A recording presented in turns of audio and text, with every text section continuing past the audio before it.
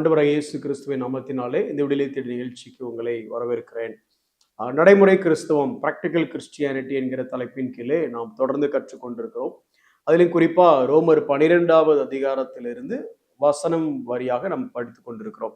ஏன் ரோமர் 12வது அதிகாரம், ரோமர் 11வது அதிகாரம் வரைக்கும் சுவிசேஷம், உபதேச கோட்பாடுகளை சொன்ன பவுல், இப்பேற்பட்ட கிரயம் செலுத்தப்பட்டு மீட்கப்பட்ட நாம் எப்பேற்பட்ட ஒரு வாழ்க்கை வாழணும் அப்படின்னு சொல்லி 12வது அதிகாரத்திலிருந்து எழுத ஆரம்பிக்கிறார். அப்படி எழுத ஆரம்பிக்கும் போது கூட ஒரு தனிப்பட்ட மனுஷனா நான் எப்படி வாழணும், அதுக்கப்புறம் கிறிஸ்துவ சகோதரர்கள் மத்தியில நான் எப்படி வாழணும், புறஜாதிகள் மத்தியில எப்படி வாழணும், என்ன பகைக்கிறவங்க மத்தியில எப்படி வாழணும், இந்த அரசாங்கத்தின் கீழே எப்படி வாழணும், இப்படி பல காரியங்களை தொடர்ந்து எழுதுறாரு.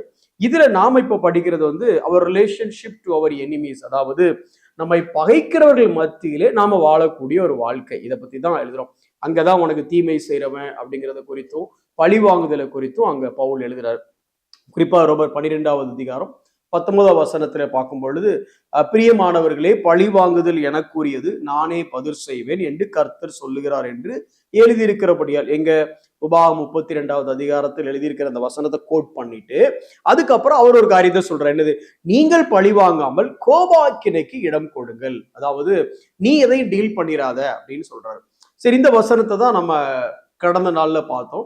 இன்னைக்கும் அதே காரியத்தை நம்ம தியானிக்க போறோம். இந்த பழி வாங்குதல் அப்படின்னு சொல்லும் பொழுது, ஏற்கனவே நான் சொன்ன 2 தெசலோனிக்கர் 1வது அதிகாரம் 6வது வசனத்துல பார்க்கும் பொழுது, அந்த உபத்திரவப்படுத்துகிறவனுக்கு உபத்திரவத்தையும் அவனுக்கு என்ன மாதிரி தண்டனை அப்படின்னு சொல்லி கடைசியா பவுல் எழுதும்போது, நித்திய அழிவாகிய தண்டனையை அடைவார்கள், அதனால நீ எந்த வேலையும் செஞ்சிடாத அப்படிங்கிற மாதிரி எங்க பவுல் எழுதுறாரு.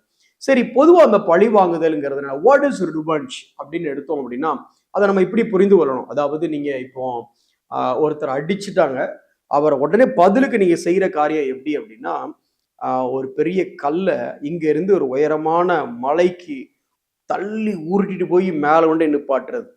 அதாவது அவ்வளவு பெரிய கஷ்டம். ஒருத்தன் நமக்கு தீமை செஞ்ச உடனே அதே அளவு இம்பாக்ட் ஏற்படுத்தக்கூடிய ஒரு தீமையை செய்யறதுங்கிறது எந்த அளவுக்கு கடினமானது அப்படின்னா, கீழே இருக்கிற ஒரு கல்லை உருட்டி உருட்டி உருட்டி உருட்டி உருட்டி கஷ்டப்பட்டு மேல மாலை உச்சியில கொண்டே வைக்கிற அளவுக்கு கஷ்டமா.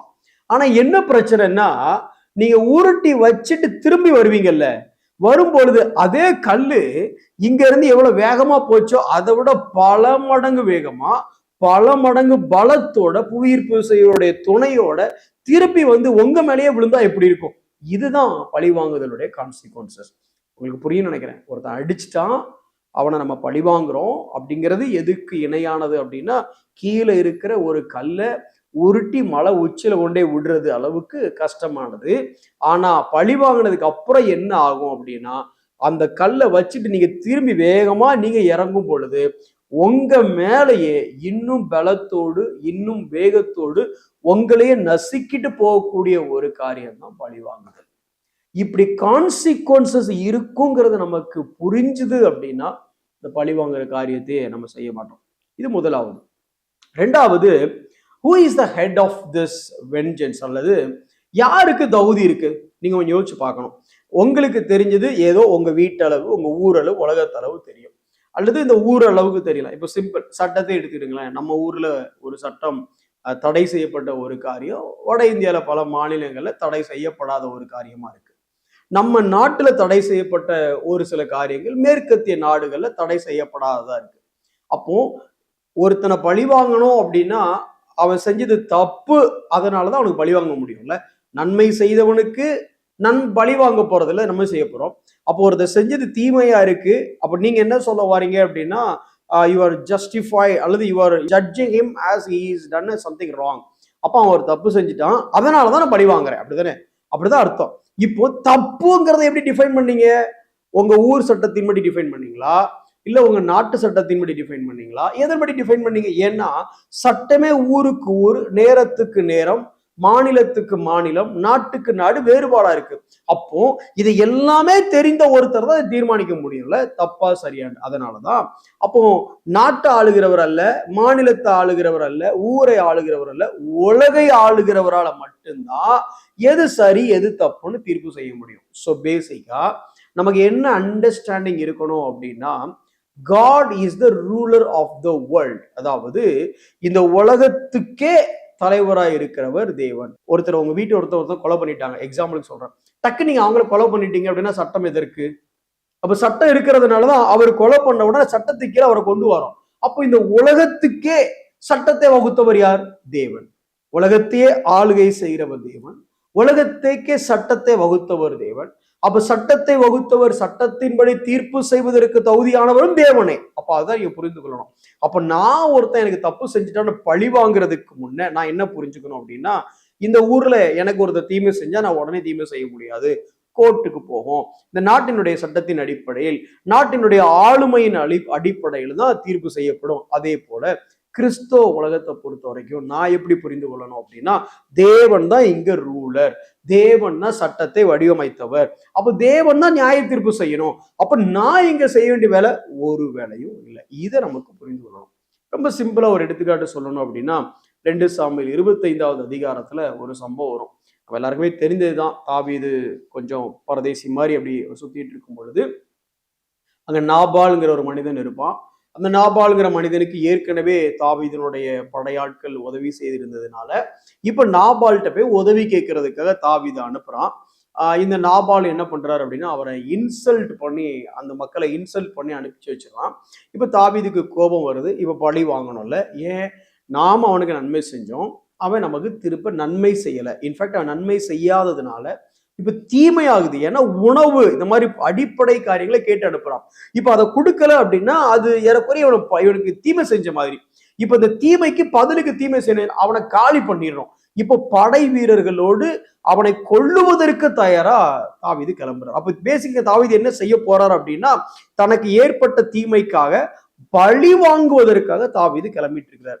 இப்படி கிளம்பும் போது நமக்கு நல்லா தெரியும், அபிகாயில் இந்த நாபாலோடைய மனைவி என்ன பண்றா அப்படின்னா, ரொம்ப வேகமா வந்து 2 சாமுவேல் 25வது அதிகாரம் 32வது வசனத்துல அவ வந்து நின்ற உடனே தாவீது அவகிட்ட பேசுகிற அந்த கான்வர்சேஷன். அப்பொழுது தாவீது அபிகாயிலை நோக்கி, உன்னை இன்றைய தினம் என்னை சந்திக்க அனுப்பின இஸ்ரவேலின் தேவனாகிய கர்த்தருக்கு ஸ்தோத்திரம். ஏன் ஒரு நல்ல பொண்ணு கிடைச்சிட்டுண்டா? அப்படி இல்லை. என்ன நாபால் இன்னும் சாகல, இந்த அபிகாயில நம்ம கல்யாணம் பண்ணுவோம் அப்படிங்கிறது தாவீதுக்கு தெரியாது இந்த நேரத்துல. அப்படிதான் என்னோட புரிதல். ஆனா இப்போ தாவீது என்ன சொல்றாருன்னா, ஒன்னு அனுப்பின கர்த்தருக்கு ஸ்தோத்திரம். ஏன் ஒரு அழகான பொண்ணை பார்த்துட்டேன், இன்னைக்கு அவன் வாழ்க்கையில ஃபியூச்சர்ல வரக்கூடிய ஒரு மனைவியை பார்த்துட்டேன் அப்படிங்கிறதுக்காக ஸ்தோத்திரம் இல்ல. எதுக்கு கர்த்தருக்கு ஸ்தோத்திரம் அப்படின்னா, அடுத்த வசனத்துல நீ சொல்லிய யோசனை, அவர் நிறைய பேசுறதுக்கு அப்புறம் சொல்றாரு, நீ சொல்லிய யோசனை ஆசீர்வதிக்கப்படுவதாக, நான் ரத்தம் சிந்த வராதபடிக்கும் என் கையே பழி வாங்காத படிக்கும். அந்த வசனத்தை கொஞ்சம் நல்லா கவனிச்சு பாருங்க. என் கை பழி வாங்காத படிக்கும் தாவீது சொல்ல, என் கையே பழி வாங்காத படிக்கும் நீ இன்றைய தினம் எனக்கு தடை பண்ணினபடியினால் நீயும் ஆசீர்வதிக்கப்படுவாயாக. அப்படின்னு என்ன அர்த்தம் அப்படின்னா, நீ மட்டும் வரலன்னா நான் அவனை கொண்டிருப்பேன். நான் அவனை கொன்னேன்னா என்ன ஆயிருக்கும்னா, உபாகமம் 32வது அதிகாரத்துல பழிவாங்குதல் எனக்குரியதுன்னு தேவன் சொன்னாரு. அப்படி தேவன் செய்ய வேண்டிய வேலையை நான் செஞ்சிருப்பேன். அப்படி செஞ்சு சாபத்துக்கு காரணமாயிருப்பேன், இல்ல ஆசீர்வாதத்தை நான் இழந்திருப்பேன். அப்படி ஒரு மோசமான காரியத்தை நான் செய்யாதபடி நீ என்னை வந்து காத்துக்கிட்டமா, அதனால நீ ஆசீர்வாதமா இருப்ப. நல்லா கவனிச்சு பாத்தீங்களா? ஒரு ராஜா, தேவனுடைய இருதயத்திற்கு ஏற்ற மனிதர், அவன் பழி வாங்குறதுங்கிறது சாதாரண விஷயம். அந்த மனுஷன் நாபால் தப்பா பேசுனா, அவமானப்படுத்தினா, இன்னும் சொல்ல போனா இவனுக்கு தேவையான பொருளை கொடுக்கல, இவனை மதிக்கல, ஏற்கனவே தாவீதினுடைய மக்களால் உதவி பெற்றவன் அவன். அப்படி இருந்தும் பதிலுக்கு உதவி செய்யல. இது தீமை. இந்த தீமைக்கு பழிவாங்க தாவீது போகும் பொழுது அங்க தேவன் அபிகாயில் மூலமாக தாவீதை காத்துக் கொள்கிறார். அந்த அபிகாயில் எப்படிப்பட்டவளாம் அப்படின்னா, அந்த 2 சாமுவேல் 25 அதிகாரம் 3வது வசனத்தை படிச்சு பார்த்தீங்கன்னா, நாபாலை பத்தி சொல்லிட்டு இங்க இருக்கும்போது, அவன் மனைவிக்கு அபிகாயில் என்று பெயர். அந்த ஸ்திரீ மகா புத்திசாலியும் ரூபவதியுமாய் இருந்தாள். ஒருவேளை நீங்க ஒரு குடும்பத்துல ஒரு தலைவியா, ஒரு மனைவியா நீங்க இருந்தீங்கன்னா, மகா புத்திசாலியா நீங்க இருந்தீங்கன்னா, எப்படி உங்களோட ஆக்ட் இருக்கணும் அப்படின்னா, இந்த மாதிரி பழி வாங்குதலுக்கு தடையா நீங்க இருக்கணும். பழி வாங்காம சமாதானம் பண்ணுகிறவர்களா நீங்க இருக்கணும். இன்னொன்னு நல்லா கவனிச்சு பாத்தீங்க அப்படின்னா, அந்த அம்மா பார்க்க ரொம்ப அழகா இருந்தாங்களாமா. ஆனா வசனம் அவங்க அழகா இருந்ததை முதல்ல சொல்லல, அவங்க புத்திசாலியா இருந்ததை தான் முதல்ல சொல்லிச்சு. ஒருவேளை வாலிப பிள்ளையை நீங்க பார்த்துட்டு இருந்தீங்கன்னா உங்களுக்கு இது புரியும். நம்ம அழகா காமிக்க ட்ரை பண்றோம், அழகா இருக்கிறவங்களை நோக்கி பார்க்கிறோம். ஆனா அங்க வேதம் புத்திசாலித்தனத்தை தான் முதல்ல வைக்குது. ஸோ புத்திசாலியா இருந்தவங்க யார் அப்படின்னா பழிவாங்குதலை தடை செய்தவங்க. இன்னும் கொஞ்சம் வேதத்துல இதே காரியத்தை நீ நோக்கி பார்க்கும் பொழுது எசேக்கியேல் தீர்க்கதரிசியின் புஸ்தகம் 25வது அதிகாரம் 12வது வசனத்துல இருந்து படிச்சீங்க அப்படின்னா தேவனே இந்த பழிவாங்குதலை பத்தி பேசுறாரு. அதாவது ஏதோ மக்கள் இந்த இஸ்ரவேல் ஜனங்களை, அது யூதா ஜனங்களை பழி வாங்கி அவங்கள தீமைக்கு தீமை செஞ்சுட்டாங்கன்னு உடனேயே ஆண்டவர் ஏதோமா பார்த்து சொல்றாரு, பழி வாங்குதல் எனக்குரியது, அதை நீ எப்படி செய்யலாம்? அந்த வசனத்தை வாசிக்கணும் பாருங்களேன். எசேக்கியேல் 25:12 முதல் நீங்க வாசிக்கலாம். கர்த்தராகி ஆண்டவர் சொல்கிறார், நான் ஏதோம் தேசத்துக்கு விரோதமாக என் கையை நீட்டி அதில் மனுஷரையும் மிருகங்களையும் இராதபடிக்கு சங்காரம் பண்ணி. எதுக்கு? நான் பழி வாங்கணும். நான் பழி வாங்குற பாக்குறியா? நான் பழி வாங்கின எப்படி பழி வாங்குன்னு பாக்குறியா அப்படின்னு சொல்றாராமா. அதுக்கடுத்து 14வது வசனத்துல, நான் இஸ்ரவேலாகி என் ஜனத்தின் கையினால் ஏதோம் இடத்தில் பழி வாங்குவேன். நான் வாங்குவேன். ஏன்னா நான் பழி வாங்குவது எனக்குரியது. பழி வாங்குதல் என்னுடைய ரோல். நீ எப்படி அதை செய்யலாம்? பழி வாங்குவேன். அவர்கள் என் கோபத்தின்படியையும் என் உக்கிரத்தின்படியும் ஏதோமுக்கு செய்வார்கள். அப்பொழுது நான் பழி வாங்குவது இன்னதென்று அறிந்து கொள்வார்கள். அப்படின்னா பழி வாங்குறியா? நீ பழி வாங்குறியா? பழி வாங்குறதுனா எப்படி நான் உனக்கு காட்டட்டுமா அப்படின்னு தேவன் அங்க செய்கிறத பார்க்கிறோம். பழி வாங்குதல் தேவனுடையது. அது சில இடத்துல பாத்தீங்கன்னா ஆண்டவருடைய பேரே எப்படி வருது அப்படின்னா சங்கீதம் 94:1 படிச்சு பாத்தீங்கன்னா 2 முறை நீதியை சரிகட்டுகிற தேவனாகிய கர்த்தாவே, நீதியை சரிகட்டுகிற தேவனே. நாகும் 1வது அதிகாரம் 2வது வசனத்தை படிச்சு பாத்தீங்க அப்படின்னா நீதியை சரிகட்டுகிறவரான தேவன். நாம ஏங்க சரி கட்டிக்கிட்டு? அவர் சரி கட்டுவாருங்க. அவர் கையில ஒப்படைச்சிட்டு நாம சந்தோஷமா நம்மளுடைய வேலையை செய்வோம், சமாதானமா இருப்போம், ஜெபிப்போம். ஆண்டவரே உம்மை நன்றியோடு ஸ்தோத்திரிக்கிறோம் அப்பா. பழி வாங்குதல் உம்முடையது ஆண்டவரே. நீதியை சரிகட்டுகிற தேவன் நீர் அப்பா. உமது வேலையை நாங்க செய்யாதபடி எல்லாரோடும் ஆண்டவரே சமாதானமா இருக்கவும் நன்மை செய்யவும் நாங்கள் நாட எங்களுக்கு கிருபை செய்யும். இயேசுவின் நாமத்தில் ஜெபிக்கிறோம் நல்ல பிதாவே, ஆமென்.